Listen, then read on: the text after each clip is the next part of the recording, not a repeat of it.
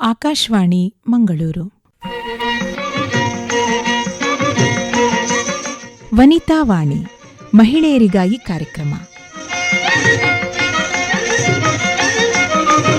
ಕೇಳುಗರೆ, ನಿಮಗೆಲ್ಲ ಇಂದಿನ ಕಾರ್ಯಕ್ರಮಕ್ಕೆ ಸ್ವಾಗತ.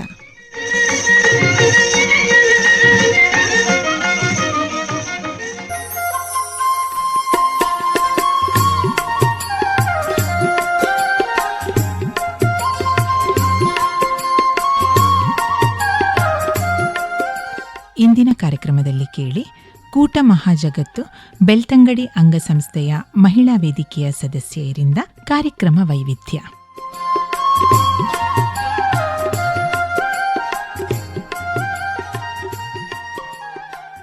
ಓಂ ಶ್ರೀ ಗುರುಭ್ಯೋ ನಮಃ. ಕೂಟ ಮಹಾಜಗತ್ತು ಬೆಳ್ತಂಗಡಿ ಅಂಗಸಂಸ್ಥೆಯ ಮಹಿಳಾ ವೇದಿಕೆಯ ಸದಸ್ಯೆಯರಿಂದ ಇಂದಿಲ್ಲಿ ಮೂಡಿಬರುತ್ತಿರುವ ಕಾರ್ಯಕ್ರಮ ಹಳೆಬೇರು ಹೊಸ ಚಿಗುರು ಎಂಬ ವಿಷಯದ ಕುರಿತು ಮಾತು ಕಥೆ. ಈ ಕಾರ್ಯಕ್ರಮದಲ್ಲಿ ಭಾಗವಹಿಸುತ್ತಿರುವವರು ಕೂಟ ಮಹಾಜಗತ್ತು ಬೆಳ್ತಂಗಡಿ ಅಂಗಸಂಸ್ಥೆಯ ಮಹಿಳಾ ವೇದಿಕೆಯ ಸದಸ್ಯೆಯರಾದ ಗೀತಾ ವಿ ರಾವ್, ಪದ್ಮಾಕ್ಷಿ ಎಂ ರಾವ್, ನಳಿನಿ ಹೊಳ್ಳ, ಸವಿತಾ ಹೊಳ್ಳ, ವಿದ್ಯಾ ಸೋಮಯಾಜಿ, ಸಂತೋಷಿನಿ ಕಾರಂತ್, ವಿದ್ಯಾಶ್ರೀ ಅಡೂರ್, ಮಮತಾ ಮಯ್ಯ, ಅಕ್ಷತಾ ಅಡೂರ್, ಲಾವಣ್ಯ ಹೊಳ್ಳ ಮತ್ತು ಆಶಾ ಅಡೂರ್. ಕಾರ್ಯಕ್ರಮಕ್ಕೆ ಕಿವಿಯಾಗಲು ಬನ್ನಿ ವನಿತಾ ವಠಾರಕ್ಕೆ ಸಾಗೋಣ. ಮಾತಾ ನರಸಿಂಹಶ್ಚ ಪಿತಾ ನರಸಿಂಹೋ ಭ್ರಾತಾ ನರಸಿಂಹಶ್ಚ ಸಖಾ ನರಸಿಂಹ ವಿದ್ಯಾ ನರಸಿಂಹೋ ದ್ರವಿಣಂ ನರಸಿಂಹ ಸ್ವಾಮೀ ನರಸಿಂಹ ಸಕಲಂ ನರಸಿಂಹ ಇತೋ ನರಸಿಂಹ ಪರತೋ ನರಸಿಂಹೋ ಯತೋ ಯತೋ ಯಾಮಿ ತತೋ ನರಸಿಂಹ ಭರ್ಜನಂ ಭವಬೀಜಾನಾಂ ಸರ್ಜನಂ ಸರ್ವಸಂಪದಾಂ ತ್ರಾಸನಂ ಯಮದೂತಾನಾಂ ನರಹರೇರ್ನಾಮ ಗರ್ಜನಂ. ಅಜ್ಜಿ ಅಜ್ಜಿ ಅಜ್ಜಿ ಅಜ್ಜಿ ಎಲ್ಲಿದ್ದೀರಾ? ಏನಮ್ಮ ಮಮತಾ, ಸಂಜೆ ಹೊತ್ತಿನಲ್ಲಿ ದೇವರ ಶ್ಲೋಕವನ್ನು ಹೇಳುವುದಕ್ಕೂ ನೀನು ಬಿಡುವುದಿಲ್ಲವಲ್ಲ. ಏನು ಅಷ್ಟೊಂದು ತುರ್ತು ನಿನಗೆ? ಗೊತ್ತು ಅಜ್ಜಿ, ಇದು ನೀವು ವಠಾರದ ಎಲ್ಲರೊಂದಿಗೆ ಸೇರಿ ಶ್ಲೋಕ ಹೇಳುವ ಸಮಯ ಅಂತ. ಆದ್ರೆ ನಂಗೆ ಸ್ವಲ್ಪ ಅರ್ಜೆಂಟ್ ಇತ್ತಜ್ಜಿ, ದಯವಿಟ್ಟು ನಂಗೆ ಹೆಲ್ಪ್ ಮಾಡ್ತೀರಾ ಪ್ಲೀಸ್ ಅಜ್ಜಿ? ಆಯ್ತು, ಕೇಳು ಅದೇನು ಅಂತ. ನಂಗೆ ಗೊತ್ತಿದ್ರೆ ಹೇಳುವ ಪ್ರಯತ್ನ ಮಾಡುತ್ತೇನೆ. ಹೇಗೂ ವಠಾರದ ಎಲ್ಲರೂ ಇಲ್ಲೇ ಇದ್ದೇವೆ. ಅದೇನು ಹೇಳು ನಿನ್ನ ಸಮಸ್ಯೆ? ಅಜ್ಜಿ, ಇವತ್ತು ಕ್ಲಾಸಲ್ಲಿ ಟೀಚರ್ ಯಾವುದಾದ್ರೂ ಒಂದು ವಿಷಯವನ್ನು, ಅಂದ್ರೆ ಅದು ತುಂಬಾ ಹಳೆಯದಾಗಿದ್ರೂ ಯಾವತ್ತಿಗೂ ಹೊಸದಾಗಿ ಇರುವಂತಹ ವಿಷಯದ ಬಗ್ಗೆ ಮಾಹಿತಿ ತಿಳಿದುಕೊಂಡು ಬರ್ಲಿಕ್ಕೆ ಹೇಳಿದ್ದಾರೆ. ಯಾವ ಯಾವ ವಿಷಯದ ಬಗ್ಗೆ ಬರೆಯಬಹುದು ಅಂತ ನಂಗೆ ಹೇಳ್ಕೊಡ್ತೀರಾ ಅಜ್ಜಿ? ಓಹೋ, ಹಾಗೇನು? ನೋಡು, ಅನಾದಿ ಕಾಲದಿಂದಲೂ ನಮ್ಮೆಲ್ಲರಿಗೆ ಗುರು ಅನಿಸಿಕೊಂಡಿರುವಂತಹ ನರಸಿಂಹದೇವರ ಬಗ್ಗೆ ಹೇಳಬಹುದು ಅಂತ ಅನಿಸುತ್ತೆ ನನಗೆ. ಹೀಗೊಂದು ಶ್ಲೋಕ ಇದೆ: ನಾರಸಿಂಹಂ ಪರಿತ್ಯಜ್ಯ ಯೋನ್ಯಂ ದೇವಮುಪಾಸತೆ ತ್ರಷಿತೆ ಜಾಹ್ನವೀ ತೀರೆ ಕೂಪಂ ಖನತಿ ದುರ್ಮತಿ. ಅಂದರೆ, ನರಸಿಂಹದೇವರನ್ನು ಬಿಟ್ಟು ಬೇರೆ ಯಾರನ್ನೇ ಪೂಜಿಸಿದರೂ ಅವರು ಬಹಳ ಬಾಯಾರಿದಾಗ ಗಂಗಾ ನದಿಯ ದಂಡೆಯಲ್ಲಿ ಬಾವಿಯನ್ನು ತೋಡುವಂತೆ ಮೂರ್ಖನೆನಿಸುತ್ತಾನೆ. ಅಂದರೆ, ಅಷ್ಟು ಪವಿತ್ರವಾದ ಗಂಗಾ ನದಿಯನ್ನು ಎದುರಿನಲ್ಲಿ ಇಟ್ಟುಕೊಂಡು ಬೇರೆ ಬಾವಿಗಳ ಅಗತ್ಯವಾದರೂ ಯಾಕೆ ಬೇಕು ಎಂಬುದೇ ಇದರ ಅರ್ಥ. ಈ ಮಾತು ಎಷ್ಟು ಸತ್ಯವೆಂದರೆ, ಮನುಷ್ಯ ದೇವರನ್ನು ಹುಡುಕಿಕೊಂಡು ಮಂದಿರಗಳನ್ನೆಲ್ಲ ಸುತ್ತುತ್ತಾನೆ, ಆದರೆ ತನ್ನ ಹೃದಯದಲ್ಲಿರುವ ಪರಮಾತ್ಮನನ್ನು ನೋಡಲು ಅಸಮರ್ಥನಾಗಿರುತ್ತಾನೆ. ವಿಷ್ಣುವಿನ ದಶಾವತಾರಗಳ ಪೈಕಿ 4ನೆಯದಾದ ಅವತಾರವೇ ನರಸಿಂಹ ಅವತಾರ. ಆತನು ಭಯಹರನು, ಸಂಕಷ್ಟಹರನು, ಭಕ್ತಪರಾಧೀನನು ಹಾಗೂ ಮೋಕ್ಷವನ್ನು ಕರುಣಿಸುವ ಕರುಣಾಳುವೂ ಆಗಿರುತ್ತಾನೆ. ಈ ವಿಚಾರವು ಸನಾತನವೂ ಹೌದು, ಸಾರ್ವಕಾಲಿಕ ಸತ್ಯವೂ ಹೌದು. ಇನ್ನು ಹೇಳುವುದಾದರೆ, ಈಗೆಲ್ಲ ಮಕ್ಕಳು ಸೂಪರ್ ಮ್ಯಾನ್, ಬ್ಯಾಟ್ ಮ್ಯಾನ್, ಹೀಗೆ ಅದ್ಯಾರ್ಯಾರೋ ಕಾಲ್ಪನಿಕ ನಾಯಕರ ಹಿಂದೆ ಹೋಗ್ತಾ ಇರುವಾಗ, ಅದೆಷ್ಟೋ ಕಾಲದ ಹಿಂದೆ ಬಾಲಕ ಪ್ರಹ್ಲಾದ ಭಕ್ತಿಯಿಂದ ಕರೆದ ಕಾರಣಕ್ಕೆ ಸಿಂಹದ ಮುಖ ಮತ್ತು ಮನುಷ್ಯನ ದೇಹದಲ್ಲಿ ಪ್ರತ್ಯಕ್ಷ ಆದವನೇ ನಮ್ಮ ನರಸಿಂಹದೇವರು. ಆ ನರಸಿಂಹದೇವರನ್ನು ನಂಬಿದ್ರೆ ಎಲ್ಲ ಕೆಲಸದಲ್ಲಿಯೂ ನಮಗೆ ಮಾರ್ಗದರ್ಶನವನ್ನು ಮತ್ತು ಯಶಸ್ಸನ್ನು ಖಂಡಿತ ಕೊಟ್ಟೇ ಕೊಡ್ತಾನೆ. ಅದೆಷ್ಟೇ ಹಳತಾಗಿದ್ದರೂ ಕೂಡ ಹೊಸ ಹೊಸ ಎಲ್ಲ ನಾಳೆಗಳಿಗೆ ಆತನೇ ಹೊಸ ಬೆಳಕು. ನೋಡಮ್ಮ ಮಮತಾ, ಈ ವಿಷಯದ ಬಗ್ಗೆ ನೀನು ಸ್ಕೂಲಲ್ಲಿ ಹೇಳಬಹುದು ಅನ್ಸುತ್ತೆ ನನಗೆ. ಯಾವುದಕ್ಕೂ ನಮ್ಮ ವಟಾರದ ಎಲ್ಲರನ್ನು ಈ ವಿಷಯದ ಬಗ್ಗೆ ಒಂದ್ಸಲ ಕೇಳಿ ಚರ್ಚೆ ಮಾಡಬಹುದು ಅಲ್ವೇ ಪದ್ಮಕ್ಕ? ನೀವೇನ್ ಹೇಳ್ತೀರಿ? ನೀವು ಹೇಳುದೇನೋ ಸರಿ ಗೀತಕ್ಕ, ಆದರೆ ನಮ್ಮ ಸನಾತನ ಸಂಸ್ಕೃತಿಯಲ್ಲಿ ಈ ವಿಷಯಕ್ಕೆ ಸಂಬಂಧಿಸಿದ ಹಾಗೆ ತುಂಬಾ ಉದಾಹರಣೆಗಳನ್ನು ಕೊಡಬಹುದು. ಭಗವದ್ಗೀತೆಯಲ್ಲಿ ಬರುವಂತಹ ಶ್ಲೋಕವೊಂದು ಹೀಗೆ ಹೇಳ್ತಿದೆ: ಯದ್ಯದಾಚರತಿ ಶ್ರೇಷ್ಠಃ ತತ್ತದೇವೇತರೋ ಜನಃ ಸ ಯತ್ ಪ್ರಮಾಣಂ ಕುರುತೆ ಲೋಕಸ್ತದನುವರ್ತತೆ. ಶ್ರೇಷ್ಠನಾದವನು ಹೇಗೆ ನಡೆಯುತ್ತಾನೋ ಹಾಗೆಯೇ ಸಾಮಾನ್ಯ ಜನರು ಅನುಸರಿಸುತ್ತಾರೆ. ಮೇಲ್ಪಂಕ್ತಿಯಲ್ಲಿ ಅಥವಾ ಮುಂಚೂಣಿಯಲ್ಲಿರುವ ಆತ ತನ್ನ ಕಾರ್ಯಗಳಿಂದ ಯಾವುದನ್ನು ಪ್ರಮಾಣೀಕರಿಸಿ ತೋರಿಸುತ್ತಾನೋ ಅದನ್ನೇ ಲೋಕವನುಸರಿಸುತ್ತದೆ. ಸ್ವಂತ ಆಚರಣೆಯಿಂದ ಜನರಿಗೆ ಶಿಕ್ಷಣ ಕೊಡುವ ನಾಯಕನೇ ಯಾವಾಗಲೂ ಜನರಿಗೆ ಬೇಕು. ಚೈತನ್ಯ ಮಹಾಪ್ರಭುಗಳು ಹೇಳಿರುವಂತೆ, ಉಪಾಧ್ಯಾಯರು ಇತರರಿಗೆ ಹೇಳಿಕೊಡುವ ಮುನ್ನ ತಾನು ಯೋಗ್ಯ ರೀತಿಯಲ್ಲಿ ನಡೆದುಕೊಳ್ಳಬೇಕು.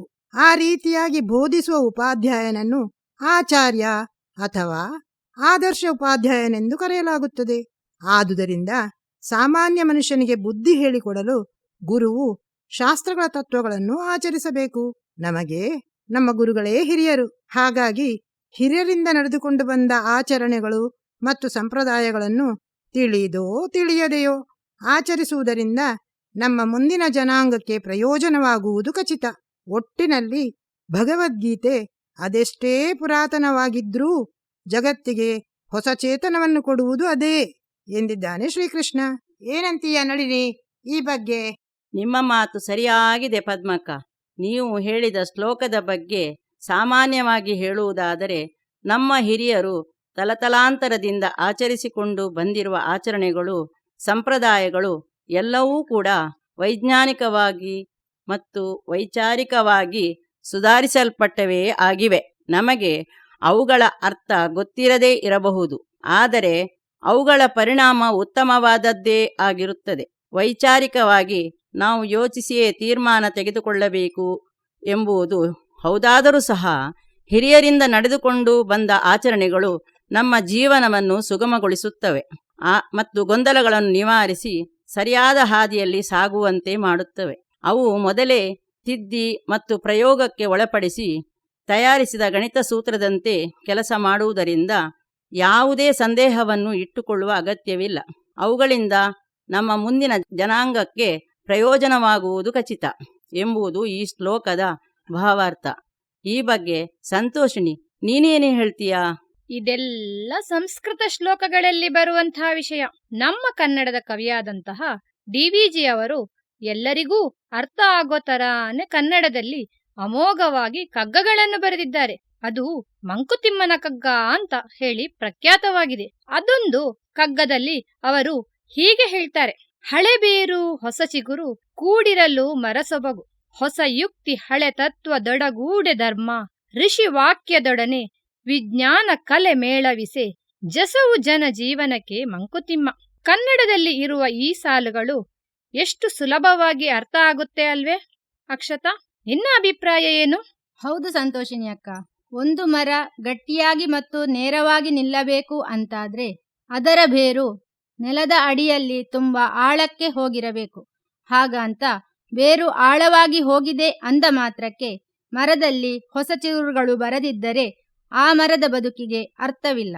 ಅತ್ಯಂತ ಹಳೆಯದರಲ್ಲಿ ಹಳೆಯದಾದ ಸತ್ವಯುತವಾದ ವಿಷಯಗಳು ಸಹ ಹೊಸದಾದ ಜ್ಞಾನ ವಿಜ್ಞಾನಗಳನ್ನು ಒಳಗೊಂಡು ಪ್ರಯೋಗಗಳಿಗೆ ಒಳಪಟ್ಟು ಸತ್ಪರಿಣಾಮವನ್ನು ಬೀರಿದಾಗಲೇ ಜನಜೀವನಕ್ಕೆ ಯಶಸ್ಸು ಸಿಗಲು ಸಾಧ್ಯ. ಇಲ್ಲಿ ಮರವನ್ನು ಒಂದು ಸಮಾಜಕ್ಕೆ ಹೋಲಿಸಿ ಡಿ.ವಿ.ಜಿಯವರು ಅತ್ಯಂತ ಸುಂದರವಾಗಿ ಮನಮುಟ್ಟುವಂತೆ ಸರಳ ಕನ್ನಡದಲ್ಲಿ ವಿವರಿಸಿದ್ದಾರೆ ಅಲ್ವೇ?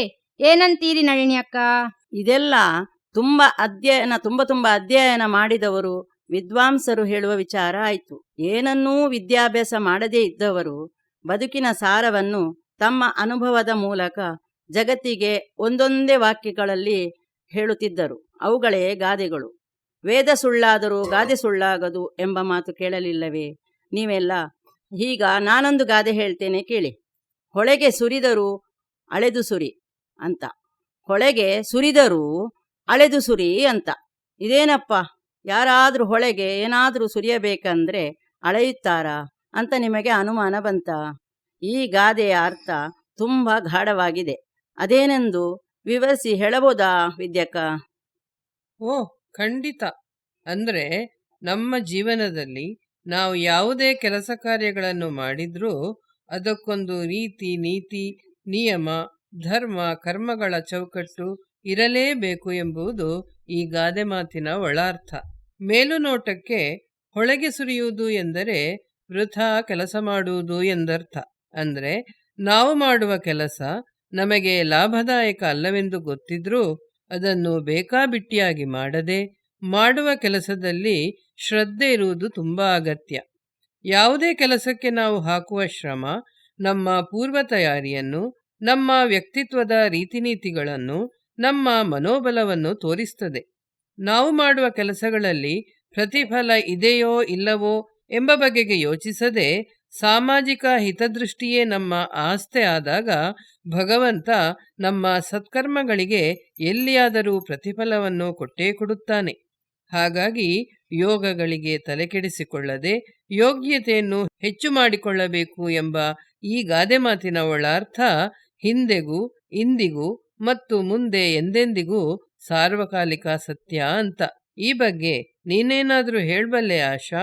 ನೀವೆಲ್ಲರೂ ಹೇಳ್ತಾ ಇರುವ ವಿಷಯಗಳನ್ನ ಕೇಳಿದರೆ ಮೈಯೆಲ್ಲ ರೋಮಾಂಚನ ಆಗ್ತಾ ಇದೆ ನನಗೆ. ನನ್ನ ಮನಸ್ಸಿನಲ್ಲಿ ಅದೇನೇನೋ ಸಾಲುಗಳು ಕವಿತೆಯಾಗಿ ಮೂಡ್ತಾ ಇವೆ. ಓಹೋ, ಹಾಗೇನು? ಸರಿ, ಹಾಗಾದ್ರೆ ಇಷ್ಟು ಹೊತ್ತು ಇಲ್ಲಿ ನಡೆದ ಚರ್ಚೆಯ ವಿಷಯ ಈ ಕವಿತೆಯಲ್ಲಿ ಅದು ಹೇಗೆ ಮೂಡಿರಬಹುದು ಅಂತ ನಮಗೆಲ್ಲ ಕೇಳುವ ಕುತೂಹಲವಾಗಿದೆ. ಅದನ್ನು ಒಮ್ಮೆ ಇಲ್ಲಿ ಹೇಳಬಹುದೇ ಆಶಾ? ಖಂಡಿತವಾಗಿಯೂ. ನನ್ನ ಕವಿತೆಯ ಶೀರ್ಷಿಕೆ ಹಳತು ಹೊಸತುಗಳ ಸಮ್ಮಿಲನ. ಹಳತು ಹೊಸತುಗಳ ಸಮ್ಮಿಲನ. ಹಳೆಯ ಬೇರಿಗೆ ಹೊಸ ಚಿಗುರು ಕೊನರಿ, ಸೊಬಗು ಹೆಚ್ಚಿದೆ ಪ್ರಕೃತಿಯಂಗಳದಲ್ಲಿ. ಬೆಸೆದ ಬಂಧನವು ಚಿಗುರಿಗೆ ಸಾರವನ್ನುಣಿಸಿ, ಚೈತನ್ಯ ನೀಡಿದೆ ಭುವಿಯ ಮಡಿಲಲಿ. ಚೈತನ್ಯ ನೀಡಿದೆ ಭುವಿಯ ಮಡಿಲಲಿ. ಜ್ಞಾನವನ್ನು ಬಿತ್ತುವ ಹಳೆಯ ತತ್ವಗಳ ಜೊತೆ ನವ ಆವಿಷ್ಕಾರ ಬೆರೆತರೆ ಹೊಸ ಕಳೆಯು. ಹಸನಾದ ಬದುಕಲಿ ನಿತ್ಯ ಸತ್ಯಗಳು ಕಣ್ತೆರೆದು, ಮನುಜತ್ವವರಳಿ ಸರಿಯಲಿ ಭ್ರಾಂತಿಯು. ಮನುಜತ್ವವರಳಿ ಸರಿಯಲಿ ಭ್ರಾಂತಿಯು. ಓಹೋ, ಬಾರಿ ಒಳ್ಳೆದುಂಟು. ಹೇಳಾಶಾ, ಮುಂದುವರಿಸು. ಖಂಡಿತವಾಗಿಯೂ ಅಕ್ಕ, ಇನ್ನೂ ಕೆಲವು ಸಾಲುಗಳುಂಟು, ಅದನ್ನ ಹೇಳ್ತೇನೆ ಈಗ. ಹಳತು ಹೊಸತುಗಳ ಸಮ್ಮಿಲನದ ಬಲದಲ್ಲಿ ಗಮ್ಯದೆಡೆಗಿನ ಪಯಣ, ಅನುಭವದ ಜೊತೆಗೆ ಇತಿಹಾಸ ಮೆರೆದ ಸದ್ವಿಚಾರದ ನೋಟಗಳು ಪ್ರಜ್ವಲಿಸಿ ಬೆಳಕು ಚೆಲ್ಲಿದೆ ಭವಿತವ್ಯದ ಹಾದಿಗೆ. ಪ್ರಜ್ವಲಿಸಿ ಬೆಳಕು ಚೆಲ್ಲಿದೆ ಭವಿತವ್ಯದ ಹಾದಿಗೆ. ಹಿರಿಯರ ನುಡಿಗಳಲ್ಲಿ ಅಭಿಮಾನವಿರಿಸಿದರೆ ಬಾಳಿನೇಳಿಗೆ ಗದುವೆ ಪ್ರೇರಣೆ ಮಂತ್ರವು. ಮೌಲ್ಯಗಳ ನುಡಿಸುವ ಆಚರಣೆ ಪದ್ಧತಿಗಳು ತಪ್ಪಿದ ತಾಳವನ್ನು ಮುನ್ನಡೆಸುವ ಸೂತ್ರವು. ತಪ್ಪಿದ ತಾಳವನ್ನು ಮುನ್ನಡೆಸುವ ಸೂತ್ರವು. ಹಳೆಬೇರಿನ ಸತ್ವವನ್ನು ಸ್ಮರಣೀಯವಾಗಿಸಿ ಭರವಸೆಯ ಚಿತ್ತದಲ್ಲರಳಲಿ ಹೊಸ ಬೆಳಗು. ನಿಯಾಮಕನ ಅಣತಿಯಂತೆ ನಡೆಸಿ ಕರ್ಮವನ್ನು ಅನುಸರಿಸಿ ನಡೆದರೆ ಬದುಕಿಗೆ ಮೆರುಗು. ಅನುಸರಿಸಿ ನಡೆದರೆ ಬದುಕಿಗೆ ಮೆರುಗು. ಏನಂತೀರಿ ಸವಿತಕ್ಕ? ಇದುವರೆಗಿನ ಚರ್ಚೆಯ ಎಲ್ಲ ವಿಷಯಗಳು ನನ್ನ ಈ ಕವಿತೆಯಲ್ಲಿ ಸಮಂಜಸವಾಗಿ ಬಂದಿದೆಯಾ? ಬಹಳ ಸುಂದರವಾಗಿ ಮೂಡಿಬಂದಿದೆ. ಇಷ್ಟು ಹೊತ್ತು ಮಾಡಿದ ಚರ್ಚೆಯ ಎಲ್ಲಾ ಸಾರಾಂಶವನ್ನು ಈ ಕವಿತೆಯಲ್ಲಿ ಹೇಳಿದ್ದೀಯ. ನಿಜವಾಗ್ಲೂ ತುಂಬಾ ಸುಂದರವಾದ ಸಾಲುಗಳು ಅಲ್ವೇ ಲಾವಣ್ಯ? ನೀನೇನಂತೀಯ? ಹೌದು, ನಿಜವಾಗ್ಲೂ ತುಂಬಾ ಅದ್ಭುತವಾಗಿ ಬಂದಿದೆ. ಮಕ್ಕಳಿಗೆ ಶಾಲೆಯಲ್ಲಿ ಕೊಟ್ಟ ಒಂದು ಪ್ರಾಜೆಕ್ಟ್ನಿಂದಾಗಿ, ಅಂದ್ರೆ ನಮ್ಮ ವಠಾರದ ಮಮತಾಳಿಂದಾಗಿ ಇಷ್ಟೆಲ್ಲ ವಿಷಯ ತಿಳಿದುಕೊಳ್ಳುವಂತಾಯ್ತು. ನಿಜವಾಗ್ಲೂ ನಮ್ಮ ಸಂಸ್ಕೃತಿಯಲ್ಲಿ ಅಡಗಿರುವಂತಹ ವಿಷಯಗಳು ಅದೆಷ್ಟು ಯುಗಗಳಷ್ಟು ಹಳೆಯದಾಗಿದ್ರೂ ಸಹ ನಾಳೆ ನಡೆಯುವ ದಾರಿಗೆ ಬೆಳಕು ಚೆಲ್ಲುತ್ತದೆ ಎಂಬುದಕ್ಕೆ ನೀವೆಲ್ಲರಾಡಿದ ಮಾತುಗಳೇ ಸಾಕ್ಷಿ. ಹಿರಿಯರು ಯಾರೋ ಹೇಳಿದ್ದಾರೆ, ಕತ್ತಲೆ ಅದೆಷ್ಟೋ ಸಹಸ್ರ ವರ್ಷಗಳಷ್ಟು ಹಳೆಯದಾಗಿದ್ದರೂ ಸಹ ಇಂದು ಉರಿಯುವ ಸಣ್ಣ ಹಣತೆಯ ಬೆಳಕಿನಲ್ಲಿ ನಾವು ಮಾಯವಾಗಿ ಬೆಳಕನ್ನು ಮೆರೆಯಲು ಬಿಡುತ್ತದೆ ಎಂದು. ಇವತ್ತಿಲ್ಲಿ ಅದು ನಿಜ ಎಂದನಿಸುತ್ತದೆ. ಅದೆಷ್ಟೋ ಹಳೆಯ ದೇವಸ್ಥಾನಗಳು ತನ್ನ ಅಮೋಘವಾದ ಇತಿಹಾಸಗಳನ್ನು ತನ್ನ ಗರ್ಭದಲ್ಲಿ ಅಡಗಿಸಿಕೊಂಡು ಇಂದಿಗೂ ಜನರಿಗೆ ಆತ್ಮವನ್ನು ಬೆಳಗುವ ದಾರಿದೀಪಗಳಾಗಿರುವುದು ಸತ್ಯ. ಈ ಮಾತಿಗೆ ಅನೇಕ ದೇವಾಲಯಗಳಿಗೆ ಪ್ರವಾಸ ಹೋಗಿರುವ ನಮ್ಮ ವಿದ್ಯೆ ಇದ್ದಾಳಲ್ಲ, ಏನಂತ್ಯ? ಖಂಡಿತವಾಗಿಯೂ ಹೌದು ಲಾವಣ್ಯಕ್ಕ. ನಮ್ಮ ಸನಾತನ ಸಂಸ್ಕೃತಿಯಲ್ಲಿ ಅನಾದಿ ಕಾಲದಿಂದಲೂ ಬೇರೆ ಬೇರೆ ದೇವರುಗಳನ್ನು ಪೂಜಿಸಿಕೊಂಡು ಬರುತ್ತಿರುವ ದೇವಾಲಯಗಳು ಹೇಳುವಂತ ಕಥೆಗಳು ಅತ್ಯಂತ ಅದ್ಭುತವಾಗಿವೆ. ಇತ್ತೀಚೆಗೆ ನಾನು ಹೋಗಿದ್ದ ತಮಿಳುನಾಡು ಪ್ರವಾಸದಲ್ಲಿ ಅತ್ಯಂತ ಸ್ಮರಣೀಯವಾಗಿ ಉಳಿದದ್ದು ಅಂತ ಹೇಳಿದ್ರೆ ರಾಮನಾಥಪುರ ಜಿಲ್ಲೆಯ ಉತ್ತರ ಕೋಸಂನ ಮಂಗೈಯಲ್ಲಿರುವ ಅನಾದಿ ಶಿವನ ದೇವಾಲಯದ ಭೇಟಿ. ಅಲ್ಲಿ ಶಿವನ ಮತ್ತು ಪಾರ್ವತಿಯ ದೇವಾಲಯಗಳು ಅಕ್ಕಪಕ್ಕದಲ್ಲಿ ಇವೆ. ದೇವಾಲಯದ ಹೊರಾಂಗಣದಲ್ಲಿ ಸುಮಾರು 4ರಿಂದ 5 ಅಡಿ ಎತ್ತರದ ಮರಕತ ಕಲ್ಲಿನಲ್ಲಿ ಕೆತ್ತಿರುವಂತಹ ಅತ್ಯದ್ಭುತ ನಟರಾಜನ ವಿಗ್ರಹವಿದೆ. ನೈಜವಾಗಿ ಹಸಿರು ಬಣ್ಣದಲ್ಲಿರುವ ಮರಕತ ಕಲ್ಲಿನ ಆ ಮೂರ್ತಿ ವಿಭೂತಿಯಿಂದ ಬಳಿಯಲ್ಪಟ್ಟಿದ್ದು ವರುಷಕ್ಕೆ ಒಮ್ಮೆ ಮಾತ್ರ ಆ ವಿಭೂತಿಯನ್ನು ತೆಗೆಯಲಾಗುತ್ತದೆಯಂತೆ. ಸಾವಿರಾರು ಕೋಟಿ ರೂಪಾಯಿಗಳ ಬೆಲೆ ಬಾಳುವ ಆ ನಟರಾಜನ ವಿಗ್ರಹಕ್ಕೆ ಬಿಗಿ ಬಂದೋಬಸ್ತುಗಳನ್ನು ಮಾಡಲಾಗಿದೆ. ತಲೆತಲಾಂತರಗಳಿಂದ ಆ ದೇವಾಲಯದಲ್ಲಿ ಶಿವನನ್ನು ಪೂಜಿಸಿಕೊಂಡು ಬರುತ್ತಿರುವಂತಹ ಶಿವಾಚಾರ್ಯರು ನಮಗೆ ಅಲ್ಲಿ ದೊರಕಿ ಅವರ ಬಳಿ ನಾವು ಮಾತನಾಡಿದಾಗ ಒಂದೊಂದಾಗಿ ಆ ಸ್ಥಳದ ಇತಿಹಾಸ ಬಿಚ್ಚಿಕೊಳ್ಳತೊಡಗಿತ್ತು. ಇಡೀ ಜಗತ್ತಿಗೆ ಮತ್ತು ದೇವಾನುದೇವತೆಯರಿಗೆ ಶಿವ ದೇವನಾಗಿ ಪ್ರಕಟವಾಗುವುದಕ್ಕೂ ಮೊದಲು ತನ್ನ ಮಡದಿಯಾದ ಪಾರ್ವತಿಗೆ ಶಿವತಾಂಡವ ನೃತ್ಯವನ್ನು ಮತ್ತು ತನಗೆ ಗೊತ್ತಿದ್ದ ಎಲ್ಲಾ ವಿದ್ಯೆಗಳನ್ನು ಅಂದರೆ ವೇದಗಳು, ಉಪನಿಷತ್ತುಗಳು ಇತ್ಯಾದಿಗಳನ್ನು ಕೇವಲ ಪಾರ್ವತಿಯ ಮುಂದೆ ಅರುಹಿದ ಅತ್ಯಂತ ಪುರಾತನದಲ್ಲೇ ಪುರಾತನವಾದ ಸ್ಥಳ ಇದು ಎಂದು ತಿಳಿದು ಬಂತು. ಜಗತ್ತಿನ ಯಾವ ಮೂಲೆಯಲ್ಲಿಯೂ ಶಿವನ ಮುಡಿಗೆ ಏರದ ಕೇದಗೆಯ ಹೂವು ಇಲ್ಲಿ ಶಿವನ ಮುಡಿಯಲ್ಲಿ ಅಲಂಕೃತವಾಗಿರುವುದನ್ನು ಕಂಡು ಆಶ್ಚರ್ಯದಿಂದ ಅವರನ್ನು ಈ ಬಗ್ಗೆ ನಾನು ಕಾರಣ ಕೇಳಿದೆ. ಅದಕ್ಕವರು, ಕೇದಗೆಯ ಹೂವು ಬ್ರಹ್ಮದೇವನಿಗೆ ಸುಳ್ಳು ಸಾಕ್ಷ್ಯವನ್ನು ಹೇಳಿದ ಕಾರಣಕ್ಕಾಗಿ ಶಿವನ ಕೋಪಕ್ಕೆ ತುತ್ತಾಗಿ ಆ ನಂತರದಿಂದ ಶಿವನ ಮುಡಿಗೇರುವ ಭಾಗ್ಯವನ್ನೇ ಕಳೆದುಕೊಂಡ ಕಥೆಯನ್ನು ಹೇಳಿದ್ರು ನಮ್ಗೆ. ಆ ಕಥೆಯು ನಡೆದು ಹೋಗಿ ಯುಗಗಳೇ ಕಳೆದು ಹೋಗಿವೆ. ಈ ದೇವಾಲಯ ಆ ಕತೆ ನಡೆಯುವುದಕ್ಕೂ ಮೊದಲಿನಲ್ಲೇ ಅಸ್ತಿತ್ವವಿದ್ದುದರಿಂದ ಇಲ್ಲಿ ಮಾತ್ರ ಶಿವನ ಮುಡಿಗೆ ಕೇದಗೆಯನ್ನು ಏರಿಸಲಾಗುತ್ತದೆ ಎನ್ನುತ್ತಾ ಜಗತ್ತಿನ ಎಲ್ಲಾ ದೇವಾಲಯಗಳು ನಂತರದಲ್ಲೇ ನಿರ್ಮಿತಗೊಂಡಿರುವುದರಿಂದ ಅಲ್ಲೆಲ್ಲೂ ಶಿವನ ಮುಡಿಯಲ್ಲಿ ಕೇದಗೆಯ ಹೂವನ್ನು ನಾವು ಕಾಣಲಾಗುವುದೇ ಇಲ್ಲ ಎಂದ್ರು. ಓ, ಹಾಗಾಗಿ ಶಿವನಿಗೆ ಕೇದಗೆಯ ಹೂವು ಅಪ್ರಿಯವೋ? ಇನ್ನು ಅಲ್ಲಿನ ವಿಶೇಷತೆಗಳು ಬೇರೆ ಏನೇನಿವೆ ವಿದ್ಯಾ? ಹೌದು ನಳಿನಿ ಅಕ್ಕ, ಅತ್ಯಂತ ಪುರಾತನವಾದ ಅಂದ್ರೆ ಆದಿಶಿವನಿಗಿಂತಲೂ ಹಳೆಯದಾದ ಅನಾದಿಶಿವನ ಈ ದೇವಾಲಯ ಶಿವನ ಶಕ್ತಿ ಕೇಂದ್ರವಾದ್ರೆ ಜಗತ್ತಿನಾದ್ಯಂತ ಇರುವಂತಹ ಬೇರೆ ಬೇರೆ ಶಿವನ ಪಾರಮ್ಯವನ್ನು ಹೇಳುವ ಕಾಶಿ, ಚಿದಂಬರಂ, ಕೈಲಾಸ ಇತ್ಯಾದಿ ಅನೇಕ ಶಿವ ದೇವಾಲಯಗಳು ಇಲ್ಲಿಂದಲೇ ಶಿವನ ಶಕ್ತಿಯನ್ನು ಎರವಲು ಪಡೆದವುಗಳೇ ಆಗಿವೆ. ಮತ್ತು ದೂರದ ಮೆಕ್ಕಾದಲ್ಲಿರುವ ಕಾಬಾ ಕಲ್ಲಿನ ಶಕ್ತಿಗೂ ಇದುವೇ ಕೇಂದ್ರ ಬಿಂದು ಎಂದು ಇಲ್ಲಿನ ಇತಿಹಾಸದಲ್ಲಿ ದಾಖಲಾಗಿದೆ ಅಂತ ಅವರು ನಮ್ಗೆ ಹೇಳಿದ್ರು. ಅವರು ಮತ್ತೂ ಮುಂದುವರಿದು, ಈ ದೇವಾಲಯಕ್ಕೆ ಬಂದು ಶಿವನ ದರ್ಶನ ಮಾಡುವ ಯೋಗ ಸಾಮಾನ್ಯವಾಗಿ ಎಲ್ಲರಿಗೂ ದೊರಕುವುದೇ ಇಲ್ಲ. ಮತ್ತು ಹಾಗಾಗಬೇಕು ಅಂತಾದ್ರೆ ಇಲ್ಲಿಗೆ ಬಂದ ವ್ಯಕ್ತಿಯ ಆತ್ಮ ಮೋಕ್ಷದ ಹಾದಿಯಲ್ಲಿ ಸಾಗುತ್ತಿದೆ ಅಂತಲೇ ಅರ್ಥ ಅಂತ ಹೇಳಿದ್ರು. ಈ ದೇವಸ್ಥಾನದ ಇತಿಹಾಸ ಅತ್ಯಂತ ರಹಸ್ಯವಾಗಿಯೇ ಉಳಿದಿದ್ದು ಜಗತ್ತಿನ ಹೆಚ್ಚಿನವರಿಗೆ ಈ ಬಗ್ಗೆ ಗೊತ್ತೇ ಇಲ್ಲ. ಅಂತಹ ಒಂದು ವಿಶಿಷ್ಟ ಸ್ಥಳಕ್ಕೆ ನಾನೂ ಭೇಟಿ ನೀಡಿ ಬಂದೆನಲ್ಲ ಎಂದು ಯೋಚಿಸ್ತಾ ಇದ್ದಾಗಲೇ ಈ ಕ್ಷಣಕ್ಕೆ ಕೂಡ ನನ್ನ ಮೈಮನಗಳು ಕಂಪಿಸಿ ಭಾವಪರವಶತೆ ಉಂಟಾಗುತ್ತೆ ನನಗೆ. ಇಂತಹ ಒಂದು ಅನುಭವವನ್ನು ಕೊಡುವ ದೇವಾಲಯಕ್ಕೆ ನೀವು ಎಲ್ರೂ ಭೇಟಿ ಕೊಟ್ಟು ಅಲ್ಲಿನ ಮಹತ್ವವನ್ನ ಸ್ವತಃ ಕಂಡುಕೊಳ್ಳಬೇಕು ಅಂತ ನನಗೆ ಅನ್ನಿಸುತ್ತೆ. ವಾಹ್, ನಿಜಕ್ಕೂ ನಿನ್ನ ಪ್ರವಾಸದ ಅನುಭವಗಳನ್ನು ಕೇಳಿ ನಮಗೂ ಅಲ್ಲಿಗೇ ಹೋಗಿ ಬಂದ ಹಾಗೆ ಭಾಸವಾಯಿತು. ನೋಡಮ್ಮ ಮಮತಾ, ಈಗ ಇಲ್ಲಿ ನಡೆದ ಚರ್ಚೆಯಲ್ಲಿ ನಿನ್ನ ಶಾಲೆಯ ಪ್ರಾಜೆಕ್ಟಿಗೆ ಬೇಕಾದ ವಿಷಯ ಸಿಕ್ಕಿತು ಅನಿಸುತ್ತೆ ನಂಗೆ. ಏನಂತೀಯಾ? ಹೌದಜ್ಜಿ, ಅದಕ್ಕೆ ಇರ್ಬೇಕು ನಮ್ಮ ಟೀಚರ್ ಮನೆಯ ಹಿರಿಯವರತ್ರ ಕೇಳಿ ಮಾಹಿತಿ ತಿಳ್ಕೊಂಡ್ ಬರೋದಿಕ್ಕೆ ಹೇಳಿದ್ದು. ತುಂಬಾ ವಿಷಯಗಳನ್ನ ತಿಳ್ಕೊಂಡೆ ನಾನು. ಇನ್ನು ನನ್ನ ಪ್ರಾಜೆಕ್ಟ್ ಆರಾಮವಾಗಿ ತಯಾರಿಸಬಹುದು. ತುಂಬಾ ತುಂಬಾ ಧನ್ಯವಾದಗಳು ನಿಮ್ಗೆಲ್ಲ. ನಾವೆಲ್ಲರೂ ಜೀವನದಲ್ಲಿ ಏನನ್ನೋ ಹುಡುಕುತ್ತಾ ಮುಂದೆ ಸಾಗುತ್ತಿದ್ದೇವೆ. ಆದರೆ ಕೆಲವೊಮ್ಮೆ ನಮಗೆ ಒಂದು ಪ್ರಶ್ನೆ ಎದುರಾಗುತ್ತದೆ. ನಾವು ಹುಡುಕುತ್ತಿರುವುದು ಹೊಸತನ್ನ ಅಥವಾ ಮರೆತು ಹೋಗಿರುವ ಹಳೆಯದನ್ನೇ ಮತ್ತೆ ಕಂಡುಕೊಳ್ಳುತ್ತಿದ್ದೇವಾ ಅಂತ. ಹೌದು ವಿದ್ಯಕ್ಕ, ನಾವು ಹೊಸದನ್ನು ಹಿಡಿಯಲು ಓಡುತ್ತಿರುವಾಗ ನಮ್ಮೊಳಗಿನ ಹಳೆಯ ಮೌಲ್ಯಗಳು ನಿಧಾನವಾಗಿ ದೂರವಾಗುತ್ತಿವೆ ಎಂದು ಕೆಲವೊಮ್ಮೆ ಅನಿಸುತ್ತದೆ. ಆದರೆ ಆ ಮೌಲ್ಯಗಳೇ ನಮ್ಮ ಬದುಕಿಗೆ ನೆಲೆ ಕೊಡುತ್ತವೆ ಎಂಬುದನ್ನು ನಾವು ಅರಿಯಬೇಕಾಗಿದೆ. ಅದಕ್ಕೆಂದೇ ನಮ್ಮ ಪರಂಪರೆಯಲ್ಲಿ ಸ್ತೋತ್ರಗಳು, ಶ್ಲೋಕಗಳು, ಕಗ್ಗಗಳು ಇವೆ. ಅವುಗಳು ಕೇವಲ ಪದಭಂಡಾರ ಮಾತ್ರವಲ್ಲ, ಅವು ನಮಗೆ ಜೀವನವನ್ನು ತಾಳ್ಮೆಯಿಂದ ನೋಡುವ ಕಣ್ಣುಗಳನ್ನು ನೀಡುತ್ತವೆ. ಆ ಒಳಗಣ್ಣು ಇಲ್ಲದಿದ್ದರೆ ನಾವು ಹೊರ ಪ್ರಪಂಚದ ತಳುಕಿನ ಮಾಯಾಲೋಕದಲ್ಲೇ ಕಳೆದು ಹೋಗುತ್ತೇವೆ. ಆದ್ದರಿಂದ ತೆರೆದ ಒಳಗಣ್ಣು ಅಜ್ಞಾನವನ್ನು ತೊಲಗಿಸಿ ಸತ್ಯ ಮತ್ತು ವಿವೇಕದ ಹಾದಿಯಲ್ಲಿ ಮುನ್ನಡೆಯಲು ನಮಗೆ ಸದಾ ಪ್ರೇರಣೆ ನೀಡುತ್ತದೆ. ಇಷ್ಟು ಹೊತ್ತು ನೀವೆಲ್ಲರಾಡಿದ ಮಾತುಗಳನ್ನು ನಿಮ್ಮೆಲ್ಲರಿಗಿಂತ ಸಣ್ಣವಳಾದ ನಾನು ಶ್ರದ್ಧೆಯಿಂದ ಕೇಳಿಸಿಕೊಂಡೆ ತಾನೇ. ಈಗ ನಾನು ನಿಮ್ಮದೇ ಯೋಚನೆಗಳ ಮಾದರಿಯಲ್ಲಿ ಕೆಲವು ಒಗಟುಗಳನ್ನ ಕೇಳುತ್ತೇನೆ. ನೋಡೋಣ ಯಾರೆಲ್ಲ ಉತ್ತರಿಸುತ್ತೀರಿ ಅಂತ. ಆಗ್ಬಹುದೇ? ಓ, ಆಗಬಹುದು. ನೋಡಿಯೇ ಬಿಡೋಣ.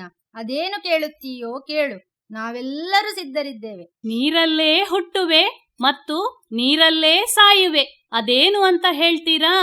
ಅದೇನು ಅಂತ ನಾನು ಹೇಳ್ತೀನಿ, ಅದು ಉಪ್ಪು. ಸರಿಯಾದ ಉತ್ತರ.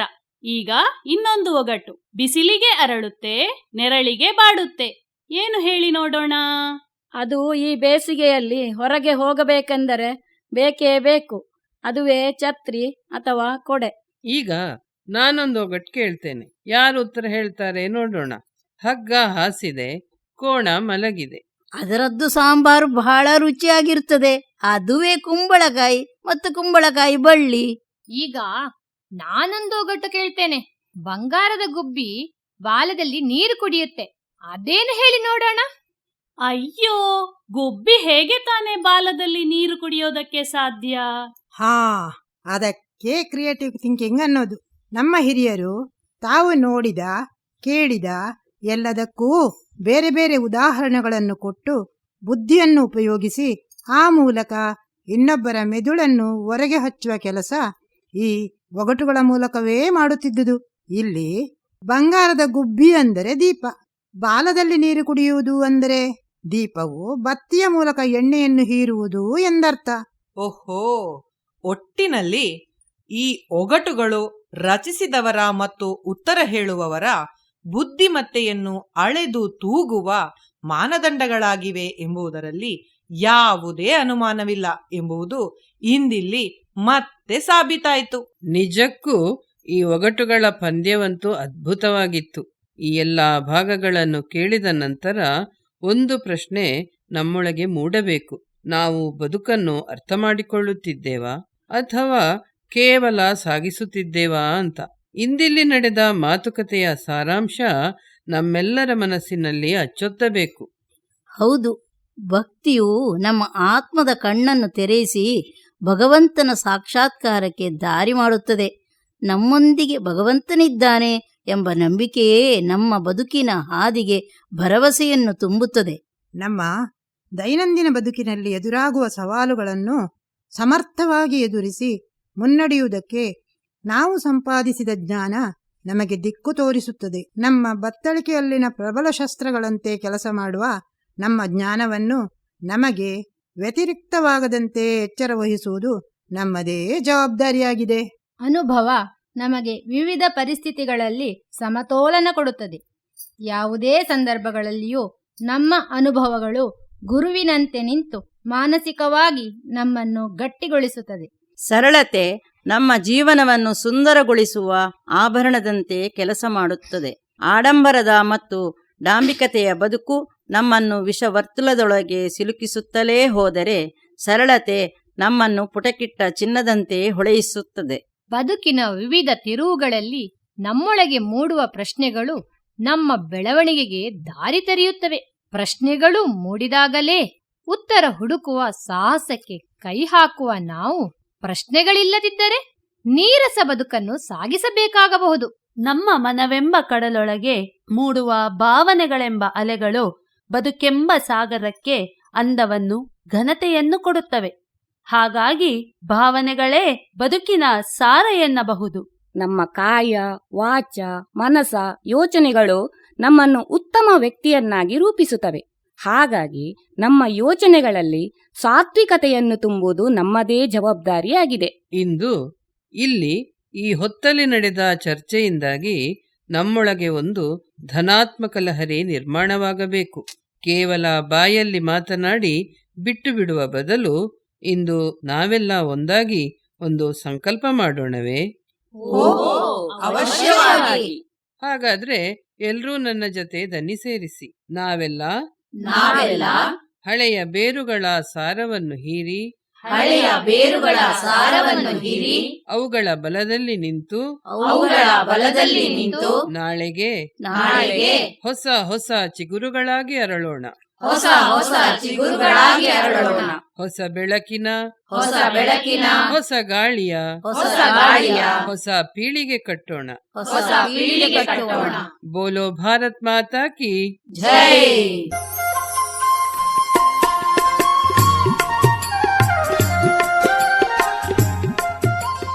ಇದುವರೆಗೆ ಕೂಟ ಮಹಾಜಗತ್ತು ಬೆಳ್ತಂಗಡಿ ಅಂಗಸಂಸ್ಥೆಯ ಮಹಿಳಾ ವೇದಿಕೆಯ ಸದಸ್ಯೆಯರು ನಡೆಸಿಕೊಟ್ಟ ವೈವಿಧ್ಯಮಯ ಕಾರ್ಯಕ್ರಮ ಕೇಳಿದಿರಿ.